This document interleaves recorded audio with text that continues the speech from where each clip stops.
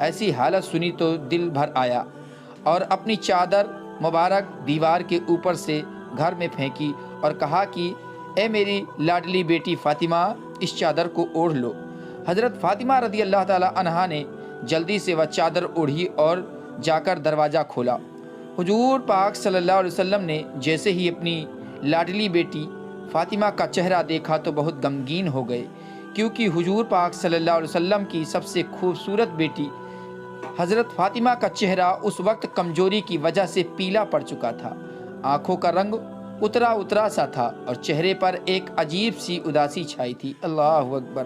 ایسی حالت دیکھ کر حضور پاک صلی اللہ علیہ وسلم نے اپنی لاڈلی بیٹی فاطمہ سے کہا کہ اے بیٹی، تو نے یہ اپنی کیا حال بنا رکھی ہے؟ تو حضرت فاطمہ رضی اللہ تعالی عنہا نے جواب دیا کہ اے میرے ابا جان، آج کئی دن گزر چکے ہیں، میں نے کچھ بھی نہیں کھایا، بھوک سے میری ایسی حالت ہو چکی ہے کہ میں چارپائی سے اٹھنے کی بھی طاقت نہیں رکھ سکتی۔ بیٹی کی ایسی حالت دیکھ کر حضور پاک صلی اللہ علیہ وسلم کی آنکھوں میں آنسو بھر آئے اور پھر اپنی بیٹی فاطمہ کو گلے سے لگا کر بہت دیر تک روتے رہے۔ اللہ اکبر! حضور پاک صلی اللہ علیہ وسلم نے پوچھا کہ اے میری پیاری بیٹی، میرے بچے حسن اور حسین کیوں رو رہے تھے؟ تو حضرت فاطمہ رضی اللہ تعالی عنہا نے کہا ابا جان، وہ 2 دنوں سے بھوکے ہیں۔ اللہ اکبر! گھر میں کھانے کو کچھ بھی نہیں ہے، اسی بھوک سے پریشان ہو کر وہ دونوں بچے رو رہے ہیں۔ یہ سن کر حضور پاک صلی اللہ علیہ وسلم نے اپنی بیٹی فاطمہ سے کہا کہ اے میری بچی، پریشان نہ ہو اور جاؤ حسن اور حسین کی میرے پاس لے کر آؤ۔ تو حضرت فاطمہ رضی اللہ تعالی عنہا اپنے دونوں بچوں کو حضور پاک صلی اللہ علیہ وسلم کی خدمت میں لے آئیں۔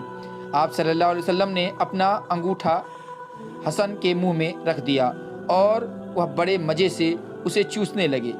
یہ اللہ کی طرف سے حضور پاک صلی اللہ علیہ وسلم کے لیے ایک ایسا معجزہ تھا جس کے بارے میں مورخین نے لکھا ہے کہ اس وقت حضور پاک صلی اللہ علیہ وسلم کے انگوٹھے سے دودھ نکل رہا تھا کہ جسے پی کر حضرت حسن کا پیٹ بھر گیا اور وہ خاموش ہو گئے۔ سبحان اللہ!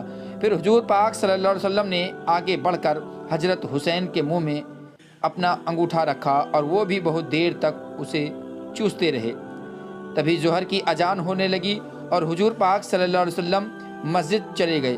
اس واقعے کو ابھی کچھ ہی دن گزرے تھے کہ ایک روز پیارے آقا حضرت محمد مصطفیٰ صلی اللہ علیہ وسلم اپنے گھر میں بیٹھے تھے کہ تبھی حضرت فاطمہ گھر آ پہنچی۔ اچانک بیٹی کو گھر آتا دیکھ کر حضور پاک صلی اللہ علیہ وسلم نے پوچھا کہ اے بیٹی فاطمہ، خیریت تو ہے؟ کیسے آنا ہوا؟ تو حضرت فاطمہ نے اپنے دوپٹے کا ایک کونا کھولا اور اس میں بندھی آدھی روٹی حضور پاک صلی اللہ علیہ وسلم یعنی اپنے والد کے سامنے رکھتے ہوئے کہا کہ اے ابا جان، یہ آدھی روٹی میں آپ کے لیے تحفے میں لائی ہوں، آپ اسے قبول فرما لیں۔ حضور پاک صلی اللہ علیہ وسلم نے پوچھا کہ بیٹی فاطمہ، کیا بات بنی؟ تو حضرت فاطمہ رضی اللہ تعالی عنہا نے فرمایا کہ اے اللہ کے رسول، ہم سارے گھر والے کئی دنوں سے بھوکے تھے۔ میرے شوہر حضرت علی نے جا کر کچھ کام کیا اور تھوڑا سا آٹا لے کر آئے، میں نے اس سے کچھ روٹیاں بنائی، ایک روٹی حسن کو کھلائی اور دوسری روٹی حسین کو، ایک روٹی میرے شوہر علی نے کھائی اور ایک روٹی غریب سائل کو پکڑا دی، آخر میں ایک روٹی میرے حصے میں آئی۔ تو جب میں وہ روٹی کھانے بیٹھی تو خیال آیا کہ یہ اے فاطمہ، ہو سکتا ہے تم تو آرام سے اپنے گھر میں بیٹھی روٹی کھا رہی ہو اور تمہارے والد حضور پاک صلی اللہ علیہ وسلم کئی دنوں سے بھوکے ہوں۔ ابا جان، جیسے ہی میرے دل میں یہ خیال آیا تو میں اپنے حصے کی آدھی روٹی دوپٹے میں باندھ کر آپ کی خدمت میں لے آئی ہوں، آپ اسے قبول فرما لیں۔ حضور پاک صلی اللہ علیہ وسلم نے اپنی بیٹی فاطمہ کو محبت کی نظر سے دیکھا اور وہ روٹی اپنے ہاتھ میں لیتے ہوئے کہا کہ اے میری بچی، قسم ہے اس ذات کی کہ جس کے قبضے میں میری جان ہے، آج 3 دن گزر گئے کہ میرے پیٹ میں کھانے کا ایک لقمہ بھی نہیں گیا۔ اللہ اکبر! حضور پاک صلی اللہ علیہ وسلم کی وفات کے بعد حضرت ابو بکر رضی اللہ تعالی عنہ خلیفہ بنے اور پھر ان کے بعد حضرت عمر رضی اللہ تعالیٰ عنہ خلیفہ بنے تو حضرت عمر کا ڈر لوگوں میں بہت زیادہ تھا، یہاں تک کہ بچے بھی حضرت عمر کو دیکھ کر بھاگ جاتے تھے۔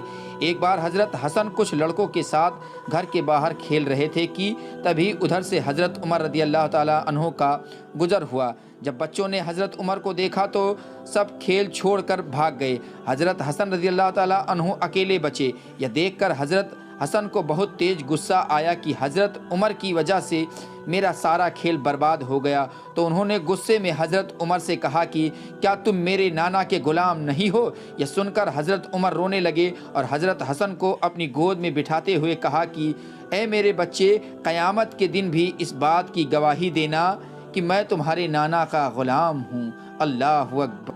پیارے عزیز دوستوں، امید کرتا ہوں کہ یہ ویڈیو آپ کو پسند آئی ہوگی۔ اگر ویڈیو پسند آئی ہو تو ویڈیو کو لائک کریں، دوستوں کو شیئر کریں۔ چینل کو ابھی تک سبسکرائب نہیں کیا ہے تو چینل کو سبسکرائب کر بیل آئیکن کو ضرور دبا لیں۔ کمنٹ میں آپ حضرت امام حسن اور حسین کا نام ضرور لکھیں۔ اپنا خیال رکھیے گا، ملیں گے اگلے ویڈیو میں، تب تک کے لیے خدا حافظ۔